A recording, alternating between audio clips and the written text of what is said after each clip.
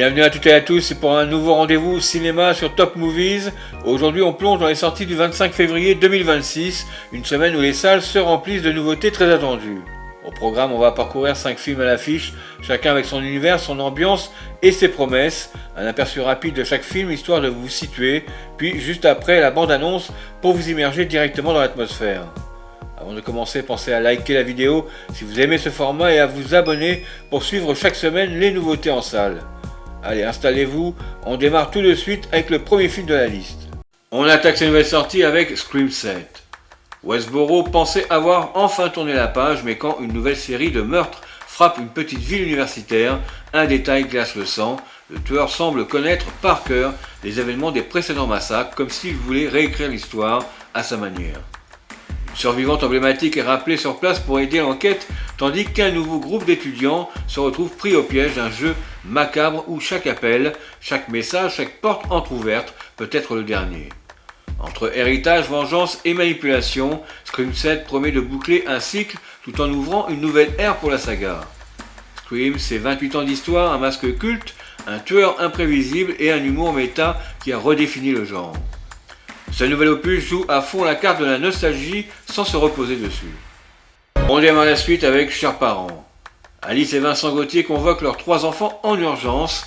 Panique générale, maladie, divorce, drame, pas du tout. Les parents ont gagné le jackpot, oui le vrai, le gros. Mais twist, ils ne comptent pas leur donner un centime. Et là c'est le début d'un feu d'artifice familial, jalousie, règlement de compte, hypocrisie, petite vengeance, tout y passe. Une réunion de famille comme on les adore, quand ce n'est pas la nôtre. Un signe qui ne trompe pas, c'est le film comique français attendu de ce début d'année. On rit beaucoup, parfois jaune, mais toujours avec cette finesse d'écriture qui transforme une simple dispute familiale en scène culte.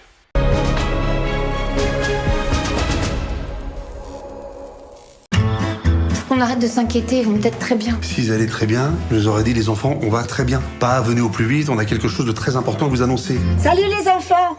On est rentrés! Bon, dites-nous, qu'est-ce qui se passe? On a gagné à la loterie. On a gagné à la loterie, quoi! On a gagné à la loterie. Oui, pardon. Juste, vous avez l'intention de nous en donner un peu, mais même un tout petit peu? Non. Ah bon?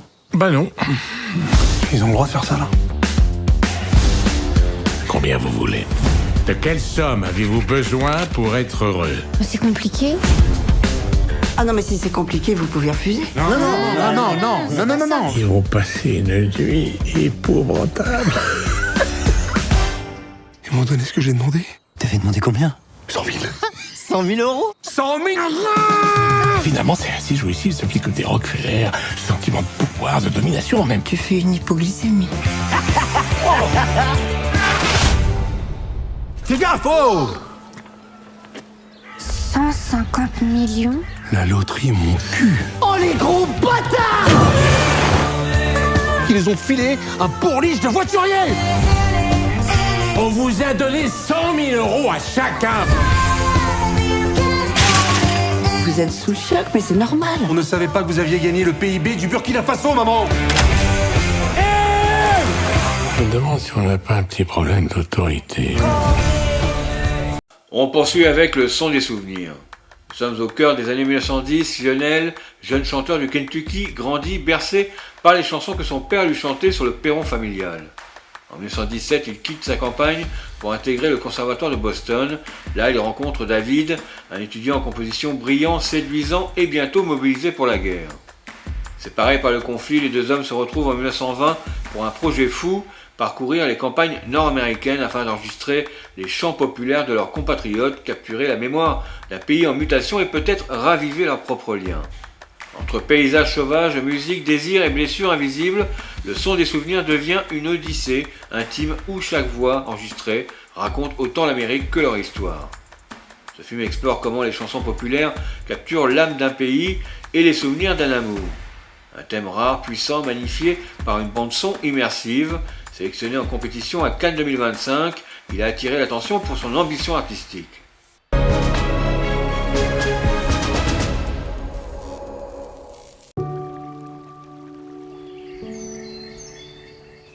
Le son est invisible. Mais il peut être physique. Il peut toucher quelque chose, il peut laisser une empreinte. Ça t'arrive de te demander ce que tu veux faire de ta vie? Pas vraiment. J'ai un hobby tous les étés. Je collecte des chansons. Viens avec moi. Mets ta main sur ta gorge. Fais... Tu sens quelque chose? C'est le sang. Ça t'inquiète, ce qu'on fait? Ce qu'on fait, Tu sais, ça, ça m'inquiète pas. je crois que je t'admire. Don't sing love songs, you'll wake my mother. Je dois partir cette semaine. À la guerre. She's sleeping here right by my side. In her right hand a silver. J'ai l'impression d'être à la fin d'une histoire. She says that I can't be your bride. La fin d'une histoire? C'était quoi le début? Tu as toute la vie devant toi. Une grande et belle vie.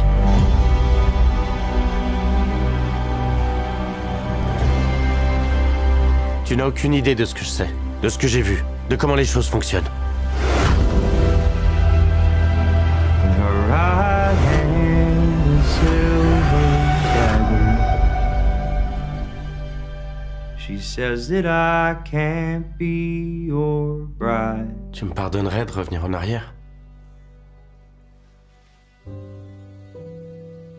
On continue avec Ça fonctionne, vous m'entendez?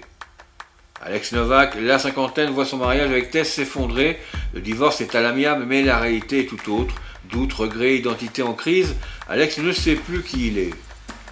Pour retrouver un sens à sa vie, il se lance un défi improbable, monter sur scène dans les comedy clubs de New York. Alors que Tess réévalue les sacrifices qu'elle a fait pour leur famille, Alex découvre un milieu brutal, drôle, impitoyable, mais étrangement libérateur. Entre coparentalité, reconstruction personnelle et humour comme thérapie, le film pose une question simple mais essentielle. L'amour peut-il changer de forme sans disparaître? Ce film aborde avec finesse ce que signifie rester en famille quand l'amour change de forme. Un thème rare traité avec beaucoup d'humanité.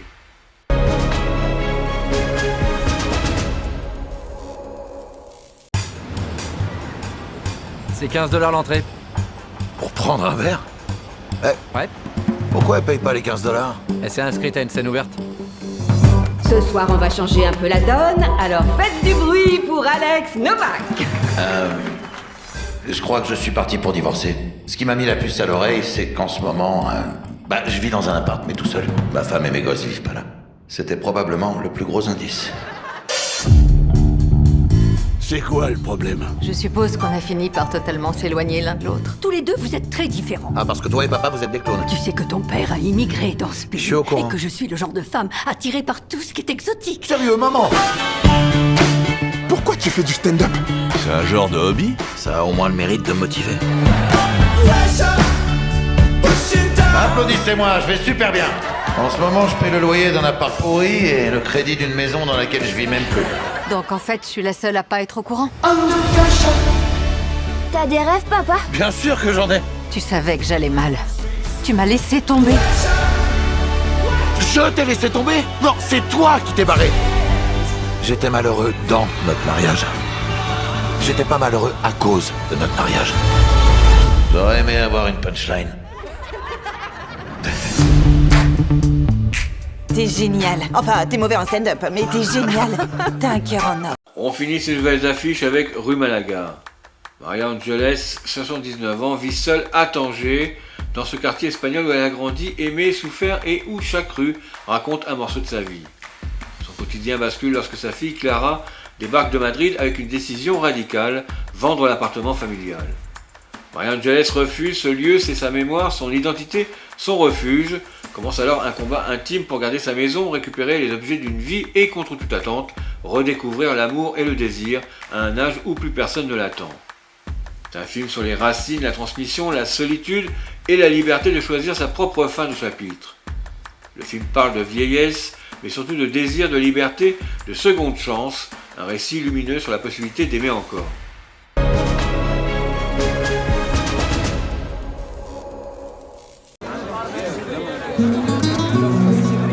Buenos días, Mohamed.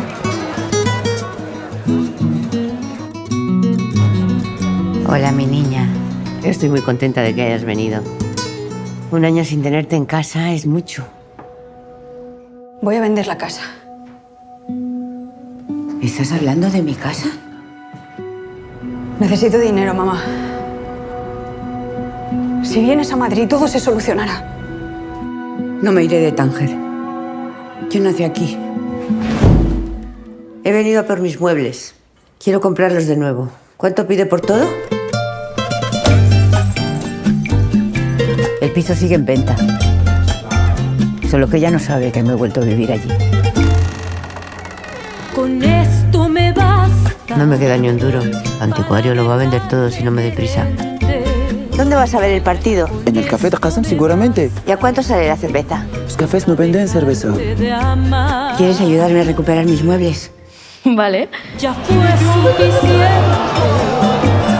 todo el daño que me hiciste. Vamos a tener problemas. Business is business. Me dijiste que me amabas. Y si quieres sacarme, tendrás que hacerlo por la fuerza. Y yo loca por tus besos, te creía más y más. Me he hecho cosas increíbles. Sus labios, su boca. Fue mágico. Su lengua. Es que son cosas que no te puedo contar. No te puedo contar. Para dejarte de amar.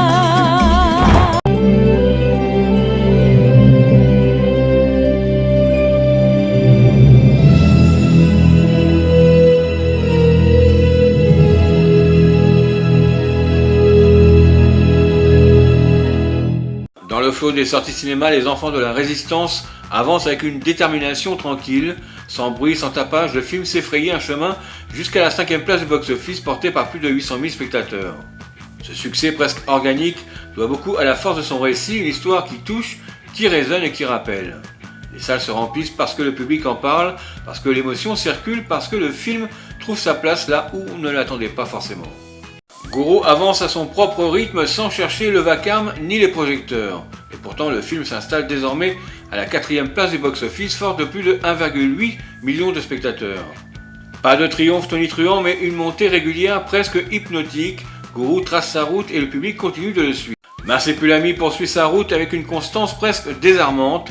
Sans chercher à impressionner, le film s'installe désormais à la 3e place du box-office, porté par plus de 4 millions de spectateurs. Progression détonnante et solide qui confirme que Marsupilami sait encore créer ce petit éclat de joie que l'on vient chercher en salle. Zootopie 2 continue de tracer sa route avec une aisance impressionnante. Le film s'installe solidement à la 2e place du box-office, porté par plus de 8,6 millions de spectateurs. Une présence forte, presque naturelle, qui confirme la place de Zootopie 2 parmi les incontournables du genre. Il y a des films qui ne se contentent pas de sortir en salle, ils s'imposent, ils occupent l'espace et ils deviennent des rendez-vous. Avatar de Feu et de Cendre fait exactement cela. Avec plus de 8,8 millions de spectateurs, il s'installe en tête du box-office comme une évidence. Un règne assumé, ample, presque majestueux, Avatar de Feu et de Cendre ne se contente pas d'être un succès, il s'impose comme l'expérience incontournable du moment. Les sorties du 18 février offrent un panorama varié, dominé par un film qui s'impose nettement dès ses premiers jours. Voici les résultats marquants. Partie suprême avec 450 000 entrées, le film prend la tête des nouveautés, son énergie, son style percutant et son héros charismatique attirent un large public.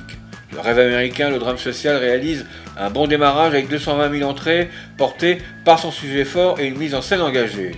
Maigret et le mort amoureux, le célèbre commissaire séduit encore avec 115 000 entrées, confirmant l'attrait durable pour cette figure emblématique du polar français. Couture, le drame intimiste, ouvre avec 80 000 entrées, trouvant son public grâce à son atmosphère délicate et son récit sensible. Cold Storage, le thriller glacial, ferme la marche avec 30 000 entrées, attirant les amateurs d'ambiance tendue et de mystère. Et voilà, on arrive au bout de notre tour d'horizon des sorties du 25 février, mais avant de se quitter, un petit coup d'œil sur ce qui nous attend la semaine prochaine, et autant dire que les ambiances vont changer du tout au tout.